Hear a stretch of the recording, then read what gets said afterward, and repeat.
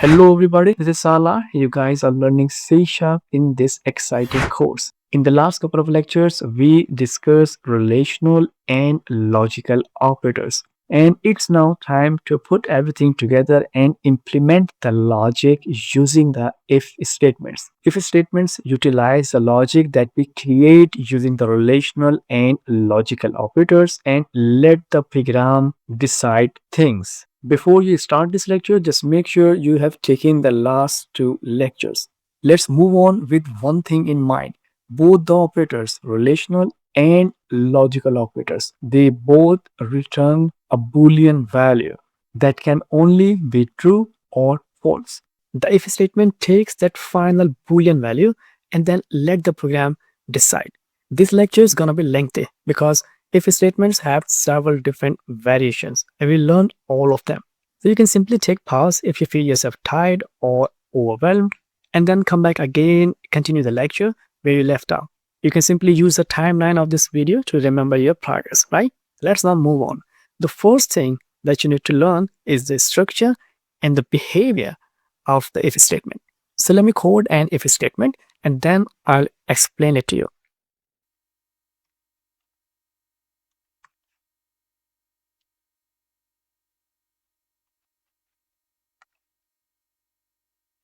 Here we go.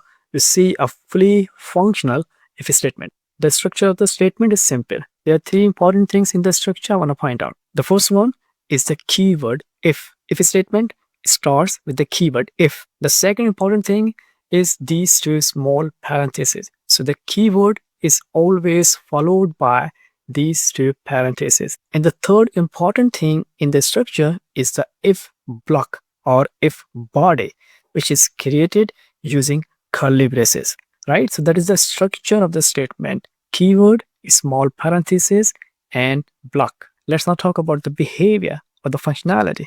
How does it work? Inside the small parentheses, a Boolean value is investigated. If the value is true, the statement gonna let you in. That means you'll come inside the block and the statements are executed. So the code that you see here will only be executed if the investigated Boolean value is true. In this case, the value is true. If I run this program, you will see this output. So let me show you. Now here you see the output. I am inside the if block. Let me change the value from true to false. When the value is false, you will never ever come inside the block. Now you won't see anything in the output. Here say nothing, right? So we never come inside the block. So that is the behavior of the if statement. Now the Boolean values to the if statement are actually the result of any logical expression. We do not code true or false directly to the if statement. We actually code an expression that results in Boolean. Now you see a real example where we investigate an expression. Let's say in a program, you want to calculate number raised to the power 2, but the number should be in a range between 1 to 10. If the number isn't in the range, we won't calculate raised to the power 2. So our program is going to make a decision based on the number provided to it. So we are going to input a number.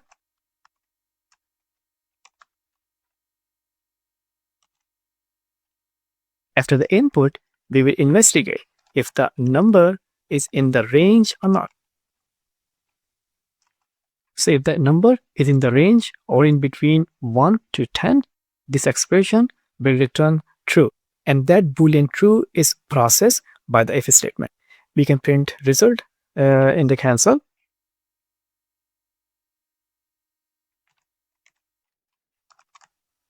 So let's run the program and check it out. And here I provide number 8, which is in the range. Now we see the result, right? 64. Let's run it again. And now I provide number 12, which is outside of the range, and I won't see any result, right? So here you see a practical example. If a statement in action and our program decides what to do. So this is our variation number 1, where we have a single if statement in a program that does something. But sometimes we need to execute other code when the expression's result is false. In that case, we use the else together with if. Else is also a keyword and it connects itself to the if block. So where you close the if block, you code the else statement. Else statement cannot stand alone. They are always connected to the if block. That means if I put something here, for example, a variable in between, our program will complain because this else is now detached. And in the error list, you can see else cannot start a statement, right? So it cannot stand alone. So remember this thing. So when the expression results in false, you will always come here in the else block. And here we can print a message like save the number provided between 1 to 10. We will come here. And when the number is out of range, we will come here. So let's run the program and provide a number which is out of range. Let's provide number 15. Now you see the message from the else block. Number provided is out of range. So that was the second variation, if and else. And here I want to point out one more thing. I have seen several students trying to investigate an expression with else like this. For example, so this is not allowed. You can't investigate expressions in the else section. Let's move on. The third variation. The third variation is interesting. It's about coding nested if statements. When you code, there are so many occasions where you need to evaluate several different expressions. It usually depends on the requirements. We sometimes have a first level check, a second level check, a third level check, and so on. So let me give you an example so that you get better understanding. I want to make some changes in the program and we put some more condition. The condition one is the older one. We want number between 1 to 10.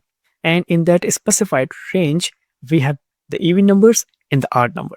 So I want to calculate number raised to the power 2 only to the even numbers and number raised to the power 3 only to the odd numbers. So there are two more conditions, level 2 conditions.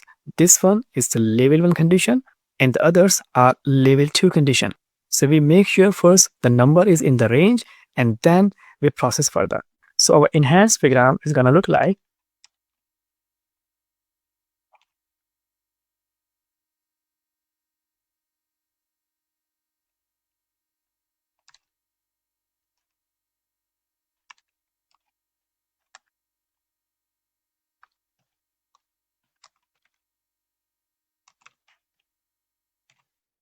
so here we have a solution.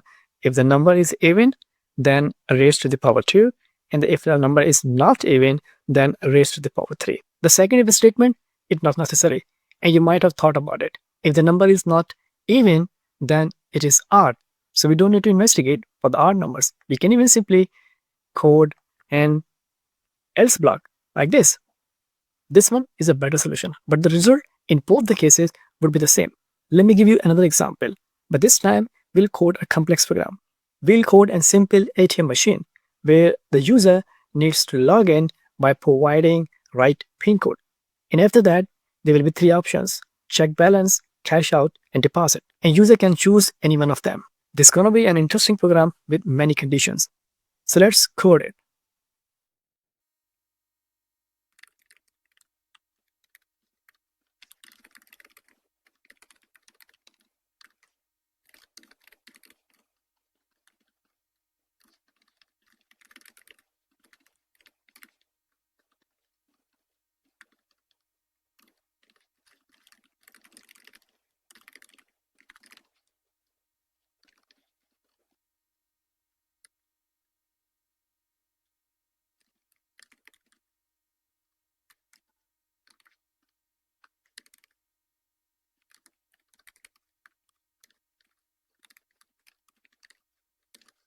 So the development up till now is very simple. We have a PIN code in the system. A user needs to provide the same PIN code in order to use the ATM. And this one is the initial balance. Now here we want user to enter the PIN code. So as soon as user enters the PIN code, we are gonna process it.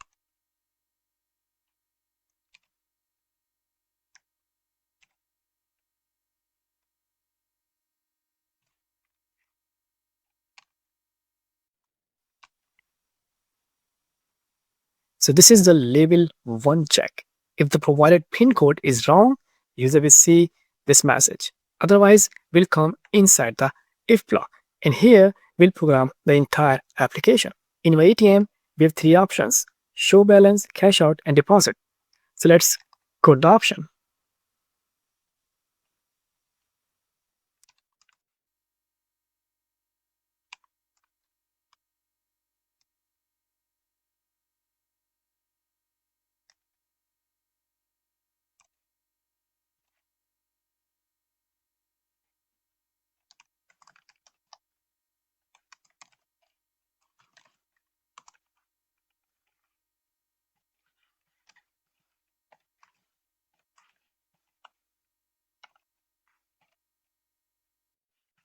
Right, so here we have 3 options: balance, cash out, and deposit. You need to press 1, 2, or 3 respectively. So let's run this program now and check the development. So here we go. Now provide the PIN code 1, 2, 3, and 4. Press enter, and now you see the options. Program is working, looks good in the console. Let's now move on. And now we need to code the options, and it can be one of them. So if the provided option is 1, we are gonna show the balance.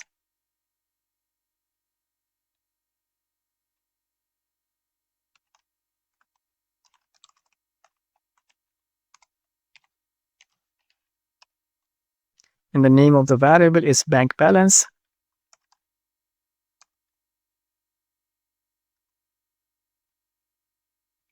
The second option is a cash out.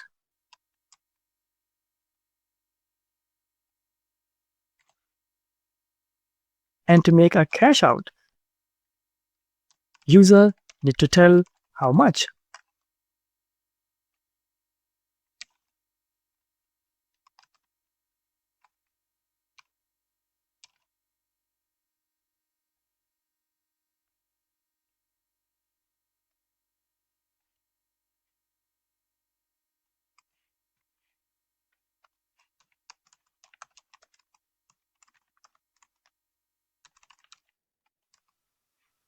So we need to read the amount user wanna cash out. Now here comes another condition. This is the level 2 condition. Inside the level 2, we need to code another condition, and that can be the level 3 condition. You can't cash out more than you have, so we need to code another condition. So you can only cash out if the cash out amount is less than or equal to the balance. This is an important condition, and every ATM implements it. And after the cash out, we can print the current balance.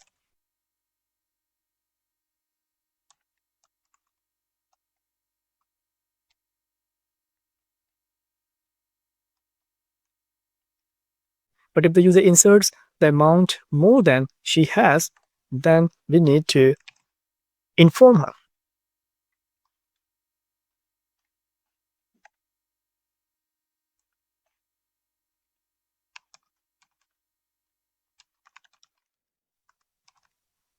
Now see how we are coding and controlling the program flow. Nested conditions. Let's now run the program and check out the developments. So provide a PIN code 1, 2, 3, and 4. And here I want to show the balance first. So here you see your account balance is $1,000.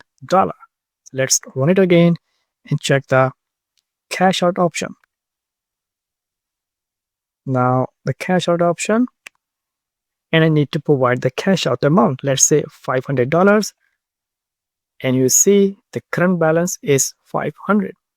But why we are getting the insufficient funds message? Something is wrong with the code. We have missed the else statement here, right? That was my mistake. So let's run the program again. So provide the code 1, 2, 3, and 4. Number 2, cash out option. Provide the amount, let's say $800, and you see the current balance is 200. Let's now run the program again. Log in. And now I want to provide, and now I want to give a big amount, like $1,200. And here you see insufficient funds, right? And the third option is the deposit option. And I leave this option to you. Grab this option, give it a try. So that was the variation number 3. It was about coding nested if statements or if else statements, right? Now the last variation is another interesting structure. Using the if else, you can choose between 2 choices, but sometimes we need to investigate and choose among several choices, just like in our ATM program.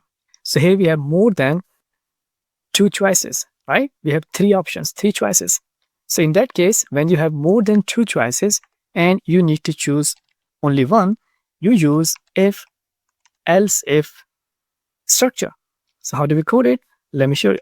Let's say we have a number 10. Now we say if number is less than 0, so print negative number in the console. Now here's the else if.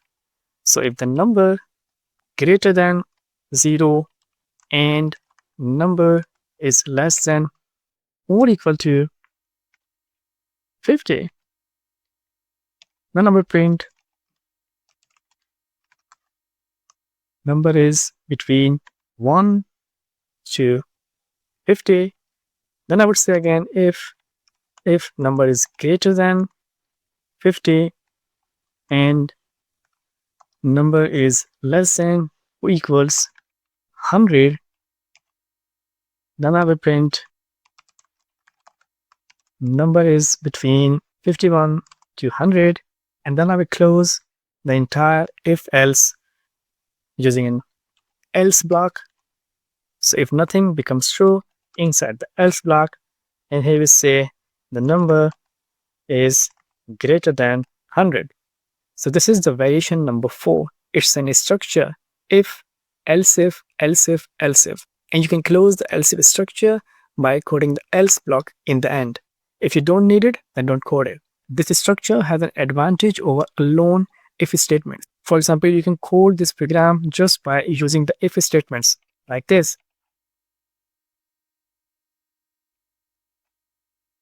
But the problem here is that our program is going to investigate all the if statements. We get a true value here, but our program will also investigate this one. So this is the disadvantage of coding standalone if statements. If they can be combined, then you will combine them. So in the if else if, when this one becomes true, for example, our compiler won't investigate the others. And if the first one is false and this one becomes true, our compiler won't investigate this one, right? So you get better performance with this structure. So as we know the structure, and I can see it applies to our ATM program. So we have 3 options and we need to execute only one option at a time. So we can change our program like this.